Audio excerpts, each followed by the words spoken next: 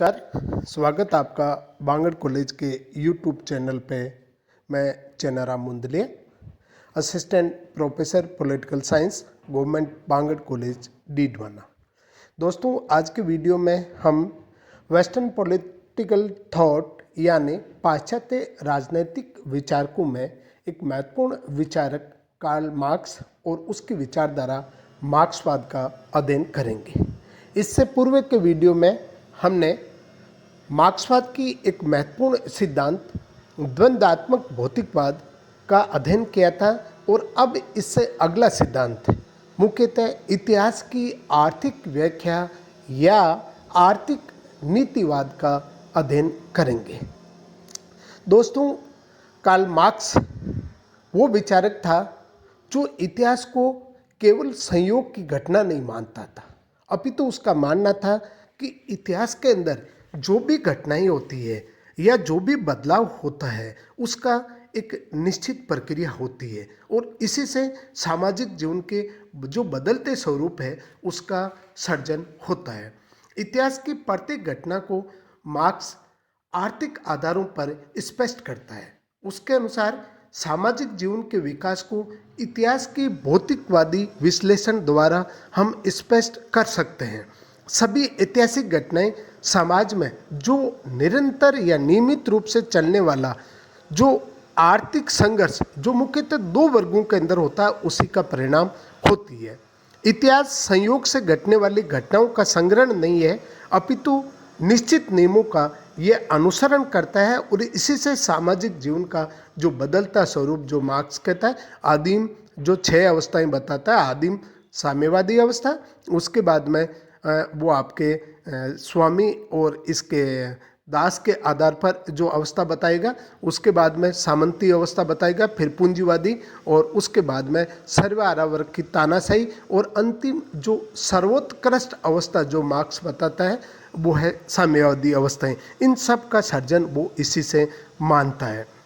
Marks उत्पादन विधि को ही सामाजिक घटनाओं में बदलाव का कारण मानता है, जबकि एक सोशलिस्ट विचारक मैक्स वेबर कहता था कि मनुष्य का सामाजिक जीवन ही उसकी आर्थिक जीवन को निर्धारित करता है या उसके व्यवहार को निर्धारित करता है। तो यह मार्क्स उल्टा कहता है, वो कहता है कि मनुष्य ये जो आर्थिक उत्पादन की जो विधियां हैं यही मानवीय समाज के व्यवहार का बदलाव करती है। इस प्रकार से हम इस वीडियो में मार्क्स की इतिहास की आर्थिक व्याख्या क्या है और किस रूप से वो भौतिकवादी दृष्टि से इतिहास को स्पष्ट करने का प्रयास करता है, इसका अध्ययन करेंगे। तो आइए शुरू करते हैं इतिहास की आर्थिक या भौतिकवादी व्याख्या। इतिहास की आर्थिक या भौतिकवादी व्याख्या। इससे पूर्व के वीडियो में अपन ने कार्ल मार्क्स के एक महत्वपूर्ण सिद्धांत द्वंद्वात्मक भौतिकवाद का अध्ययन किया था और उसी द्वंद्वात्मक भौतिकवाद की भांति मार्क्सवादी विचारधारा का दूसरा महत्वपूर्ण सिद्धांत है इतिहास की आर्थिक व्याख्या। कार्ल मार्क्स की विचारधारा में द्वंद्वात्मक भौतिकवाद यानी डायलेक्टिकल मेटरलिज्म की भांति इतिहास की आर्थिक व्याख्या का सिद्धांत भी महत्वपूर्ण है। मार्क्स के विचार में इतिहास की सभी घटनाएं आर्थिक अवस्था में होने वाले परिवर्तनों का परिणाम है। कार्ल मार्क्स का मानना था कि प्रत्येक देश में और प्रत्येक काल में सभी राजनीतिक सामाजिक संस्थाएं, कला, रीति रिवाज तथा समस्त जीवन भौतिक अवस्थाओं व आर्थिक तत्वों से प्रभावित होता है। मार्क्स अपनी इतिहास की आर्थिक व्याख्या के आधार पर मानवीय इतिहास की अब तक की 6 अवस्थाएं बतलाता है, जिसमें वो कहता है कि 4 गुजर चुकी है और 2 आना बाकी है। यानी कहने का मतलब है कि मार्क्स अपनी द्वंद्वात्मक भौतिकवाद के आधार पर ही सृष्टि के विकास क्रम को समझाने का प्रयास करता है। उसका मानना है कि जड़ता से चेतना की ओर, यानी हमें यहाँ पर सुषुप्तता से सर्वोत्कृष्ट की ओर आगे बढ़ना है। तो इसके लिए वो ये कहता है कि इतिहास के अंदर किस प्रकार से प्रारंभिक अवस्था थी और अब कहाँ तक उसका विकास होना है। तो मार्क्स का ये मानना था कि प्रत्येक ऐतिहासिक जो घटनाएं हैं इतिहास केवल न तो घटना मात्र है और न ही कोई महापुरुषों के विवेक की उपज है, अपितु ये उन तत्वों से प्रभावित होता है जिसे कार्ल मार्क्स पदार्थ के रूप में या आर्थिक तत्व के रूप में देखता है, और इसी आधार पर इतिहास के विकास क्रम को आर्थिक कारकों से प्रभावित मानते हुए उसकी आर्थिक व्याख्या प्रस्तुत करता है। मार्क्स मानवीय इतिहास के 6 अवस्थाएं बताता है, जिसमें पहली अवस्था है आदिम साम्यवादी अवस्था। सामाजिक विकास की ये पहली अवस्था में जीवों को पार्जन के तरीके बहुत ही सरल थे। शिकार करना, मछली मारना, जंगलों से कंदमूल एकत्र करना ही उसका मूल व्यवसाय या धंधा था। भोजन प्राप्ति करने और जंगली जानवरों से अपनी रक्षा करने के लिए ही मनुष्य समूह में झुंड बनाकर साथ साथ रहते थे। इस अवस्था में उत्पादन के साधन समस्त समाज की सामूहिक संपत्ति हुआ करते थे। इन उत्पादन के साधनों पर संपूर्ण समाज की सामूहिक नियंत्रण हुआ करता था। इस स्टेज में निजी संपत्ति की प्रथा नहीं थी और न ही कोई शोषक था और न ही कोई शोषित थे, अर्थात न तो इसमें कोई वर्ग था, न ही निजी संपत्ति थी, न कोई शोषक था, न किसी का शोषण होता था। सब मनुष्य इसमें समान थे। इसलिए मार्क्स ने इस अवस्था को साम्यवादी अवस्था यानी आदिम साम्यवादी अवस्था जो प्रारंभिक काल में थी, और इसको उसने एक सुसुप्त अवस्था माना है, और जो साम्यवाद स्थापित होगा वो सर्वोत्कृष्ट अवस्था आएगी। सेकंड, दासता की अवस्था। धीरे धीरे मार्क्स ये मानता है कि भौतिक परिस्थितियों में बदलाव होता है और व्यक्तियों में खेती करना, पशुपालन करना और दस्तकारी करना शुरू किया।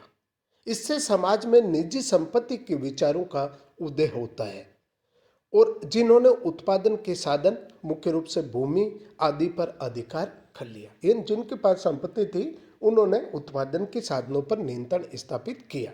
वे स्वामी कहलाए और दूसरे व्यक्तियों से बलपूर्वक काम करवाने लगे। इस कारण से उनको दास कहा गया।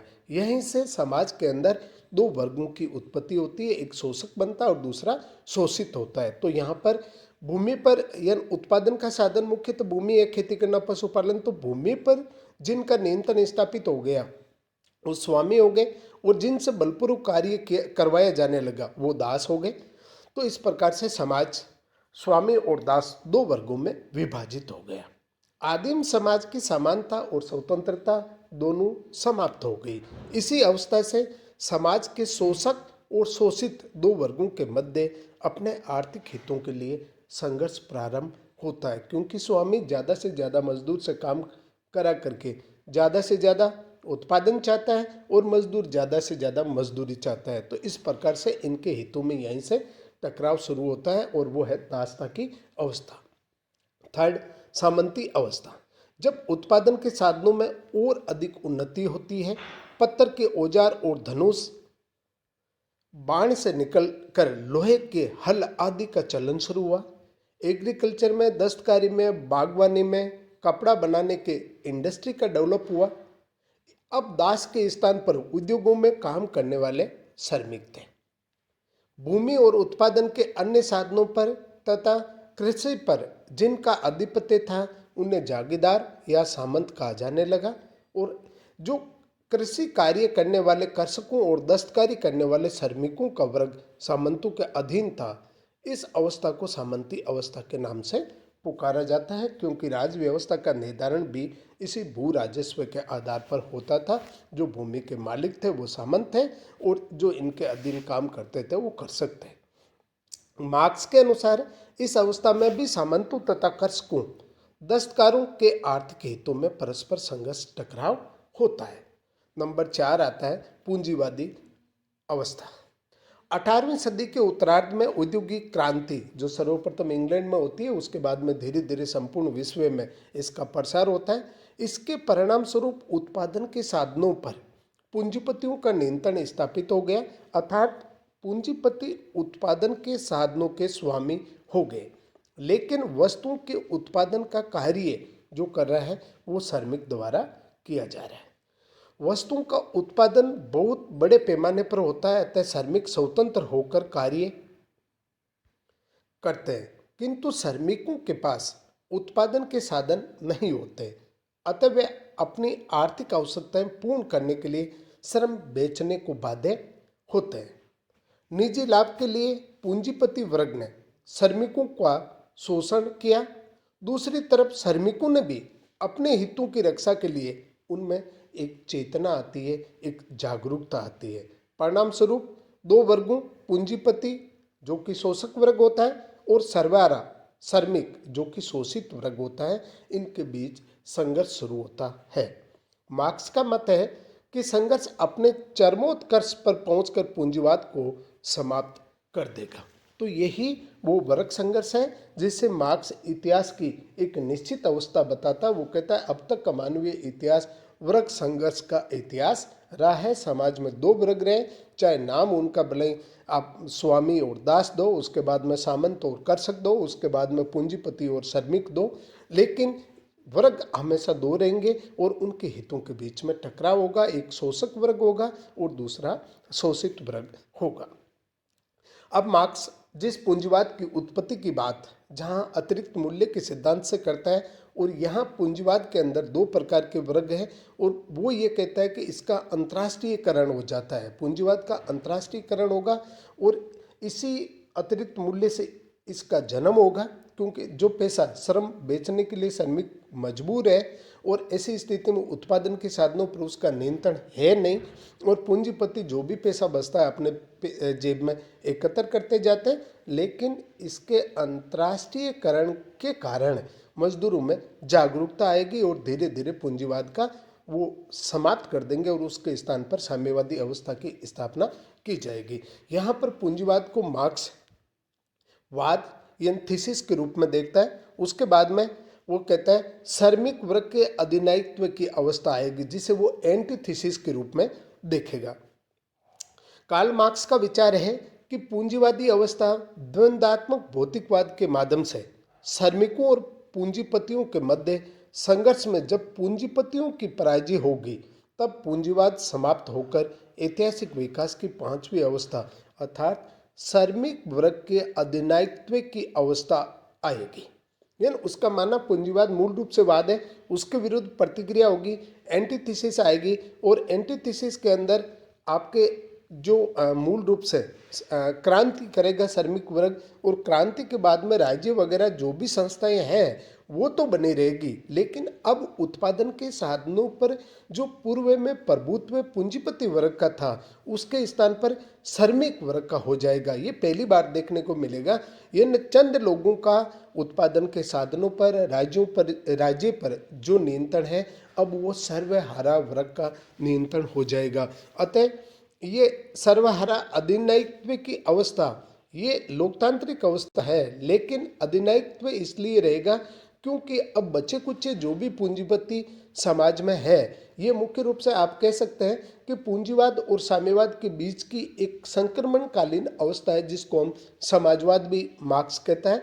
ये उस समय तक बनी रहेगी जब तक कि समाज में पूंजीवाद के अवशेष शेष है। उसके बाद में जैसे ही अवशेष समाप्त हो जाएगा, समाज में केवल एकमात्र वर्ग सर्वहारा रह जाएगा, तो उसके बाद में ये साम्यवादी अवस्था में प्रवेश कर जाएंगे। इस अवस्था में उत्पादन के संपूर्ण साधनों पर श्रमिकों का अधिकार हो जाएगा, जिससे श्रमिक वर्ग का अधिनायक तंत्र या तानाशाही कहा जाएगा।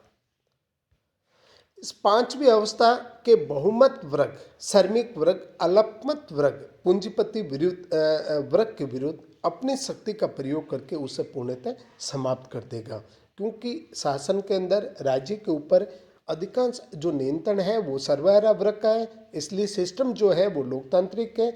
अधिनायित्व इसलिए होगा क्योंकि जो बच्चा कुच्चा पूंजीवाद है उसे समाप्त करना है, उसके विरुद्ध शक्ति का प्रयोग करना है, इसलिए वो उसे तानाशाही अवस्था के नाम से भी पुकारता है। नंबर 6, राज्य विहीन और वर्ग विहीन समाज की अवस्था, जो अंतिम सर्वोत्कृष्ट अवस्था के रूप में कार्ल मार्क्स और उसके साथी देखते हैं। मानवीय इतिहास की अंतिम अवस्था राज्य विहीन और वर्ग विहीन समाज की अवस्था आएगी। इस अवस्था में या स्टेज में जो समाज में केवल एक ही वर्ग होगा जिसे श्रमिक वर्ग या सर्वहारा वर्ग कहा जाएगा। इस समाज में न तो शोषक वर्ग होगा और न शोषित वर्ग होंगे। ये समाज राज्यविहीन और वर्गविहीन होगा, क्योंकि राज्य भी कार्ल मार्क्स और उसके साथियों का मानना था एक वर्गीय संस्था है, एक शोषक संस्था है जो शोषित वर्ग के शोषण में सहयोग करता है। तो इस प्रकार से इस राज्य की स्थापना भी इसी वर्ग के द्वारा, अर्थात जिस वर्ग को ये चाहिए था कि श्रमिकों का हमेशा शोषण किया जाए, उसके द्वारा की गई थी। अतः धीरे धीरे स्वैती ऐसी अवस्था में समाप्त हो जाएगा। इस समाज में न तो शोषक वर्ग और न शोषित वर्ग होंगे। ये समाज राज्यविहीन होगी और वर्गविहीन होगी। अतः वर्गविहीन समाज में राज्य स्वैती समाप्त हो जाएगा। ये ध्यान रखना, राज्य को समाप्त करने की जरूरत नहीं है। जब समाज में वर्ग ही नहीं रहेंगे तो राज्य स्वतः ही समाप्त हो जाएगा। और इस समाज में उत्पादन वितरण का सिद्धांत लागू होगा, जिसमें समाज के प्रत्येक लोग अपनी योग्यता के अनुसार कार्य करें, आवश्यकता अनुसार प्राप्ति करें। पूंजीवादी व्यवस्था में ये एक नियम होता है, व्यक्तिगत संपत्ति जो जितना पैदा कर सकता है, कमा सकता है, वो कमाए, उसकी उसे आज़ादी है। लेकिन जब पूंजीवाद के विरुद्ध क्रांति होगी, सर्वहारा वर्ग की तानाशाही स्थापित होगी, जिसे संक्रमणकालीन समाज के नाम से मार्क्स ने पुकारा था या अवस्था के नाम से पुकारा था। इस अवस्था के अंदर वितरण का नियम होगा, प्रत्येक व्यक्ति योग्यता अनुसार और उसे योग्यता अनुसार ही वितरण कर दिया जाएगा। लेकिन साम्यवादी अवस्था के अंदर आवश्यकता अनुसार प्राप्ति होगी, या योग्यता के अनुसार काम तो करना होगा लेकिन प्राप्ति आवश्यकता अनुसार ही होगी। इस अवस्था साम्यवादी युग में वर्ग विहीन समाज की स्थापना से वर्ग संघर्ष की प्रकृति से होगी। मनुष्य प्रकृति से संघर्ष कर मानव कल्याण हेतु नवीन खोज आविष्कार करेंगे और साम्यवादी समाज आगे विकास करता जाएगा।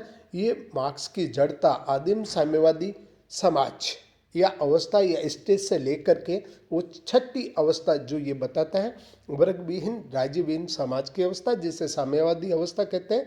और वो इस विकास क्रम में, जो सृष्टि के विकास क्रम के अंदर जिस वो डायलेक्टिकल जो सिस्टम को अपनाता है, जो हीगल से लेता है, उसकी सर्वोत्कृष्ट अवस्था जो है, स्टेज जो है, वो साम्यवादी समाज है।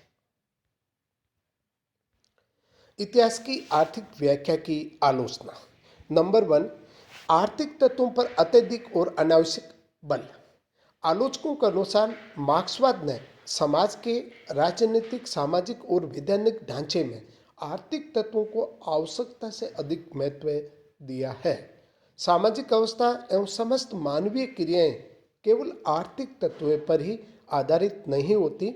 आर्थिक तत्व के अतिरिक्त अन्य तत्वों द्वारा भी कार्य किया जाता है। दूसरे तत्वों से सामाजिक वातावरण, मानवीय विचारों और भौगोलिक तत्वों को लिया जा सकता है, जिनकी मार्क्स पूर्ण रूप से उपेक्षा करता है। मार्क्स का ये मानना है कि प्रत्येक जो वस्तु है, ये जो आपका चाहे विचार हो, आपकी चाहे राजनीतिक, सामाजिक जो भी गतिविधि हो, उसे वो पदार्थ की दृष्टि से देखता है और वो कहता है कि पदार्थ की दृष्टि से ही उन्हें समझा जा सकता है। इतिहास का काल निर्धारण त्रुटिपूर्ण। कार्ल मार्क्स ने मानवीय इतिहास की जो 6 स्टेज बताई है वो गलत है। उसने इतिहास की गलत व्याख्या की है। कई विचारक कार्ल मार्क्स के आदिम साम्यवाद से सहमत नहीं है। वो कहते हैं कि बाकी की स्टेज आए हैं समाज में जिसकी मार्क्स व्याख्या कर रहा है, लेकिन आदिम साम्यवाद से वो सहमत नहीं है। धर्म का निम्न स्थान। कार्ल मार्क्स ने इतिहास की आर्थिक व्याख्या में धर्म को निम्न स्थान प्रदान करते हुए उसे अफीम की संज्ञा दी।